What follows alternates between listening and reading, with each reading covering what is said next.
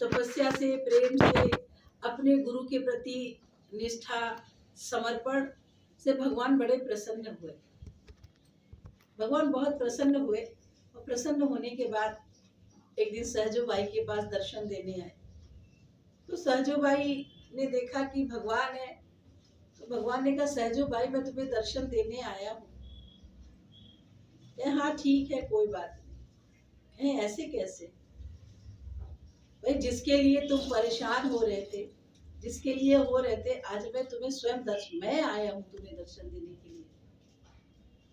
तो कहते, सहजो बाई ने कहा, हाँ हाँ ठीक है, लेकिन आपके दर्शन के लिए तो मेरे सदगुरु ने बताया ना, मैंने अपने सदगुरु के अंदर ही देख लिया आपको, मैंने अपने सदगुरु के अंदर ही आपका दर्शन कर लिया है, तो आप तो मुझे हर पल हर क्षण दिखते हैं। तो कन्हैया कहते हैं कि अंदर नहीं बुलाओगी?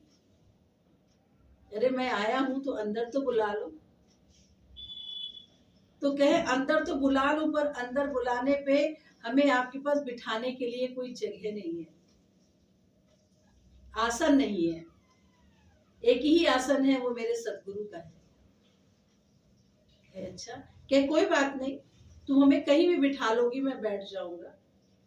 तो कहे, आसन तो एक ही है, मेरे सतगुरु का है, अभी वो कहीं गए हैं, और आपको अगर आना है अंदर तो जमीन पे बैठ जाइए। तो भगवान आए और जमीन पे बैठ गए।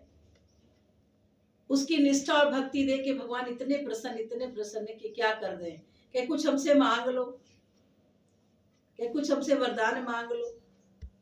क्या नहीं, कुछ नहीं चाहिए। आपसे क्या मांगे, आपसे क्या मांगे?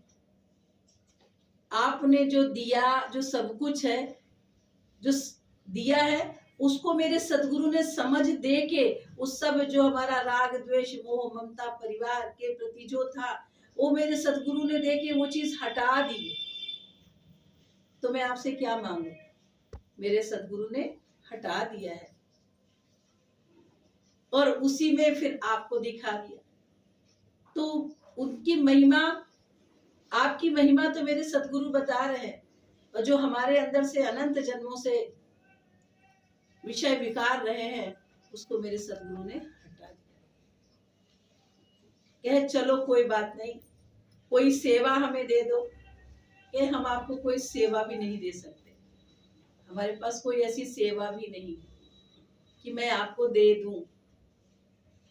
तो भगवान ने कहा, कुछ तो दे दो, मैं आया तो हूं, तुम ले नहीं रही हो तो कम से कम कुछ दे तो दो। कहे, अच्छा ऐसा है, अभी मेरे सदगुरु आएंगे और जब वो भोजन करेंगे तो आप क्या करिएगा कि चंवर डुला दीजिएगा।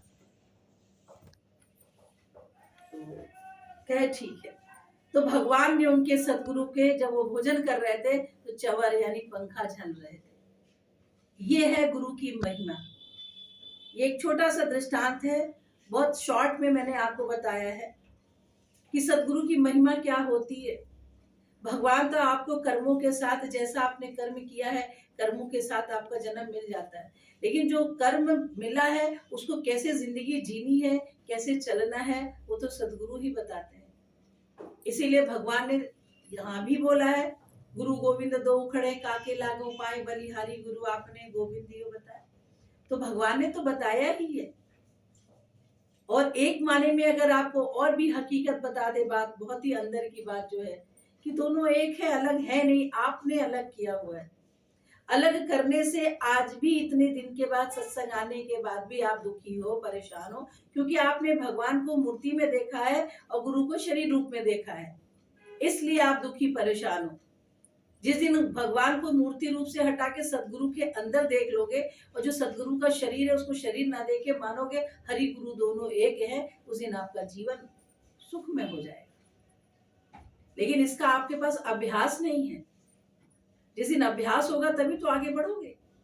ना अभ्यास है, ना आप करना चाहते हैं, आप पता नहीं किस मद मस्ती में हैं, कोई दिक्कत नहीं। ये आपका अपना जीवन है, जैसे आपको जीना हो वैसे जी।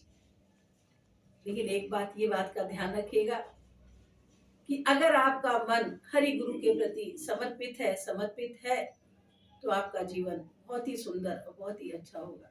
सब जानकारी आपको मिल जाएगी।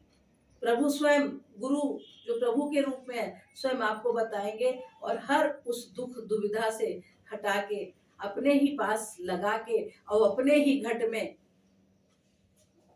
तुम्हें और तुम्हारे ही घट में, अपने घट में तो है तो अपने घट से तुम्हारे ही घट में जब आंख बंद कर रूप ध्यान करते हो तो अपने ही घट में प्रभु गुरु यानी दर्शन करा देंगे। इसीलिए गुरु की महिमा बहुत ही ज्यादा है।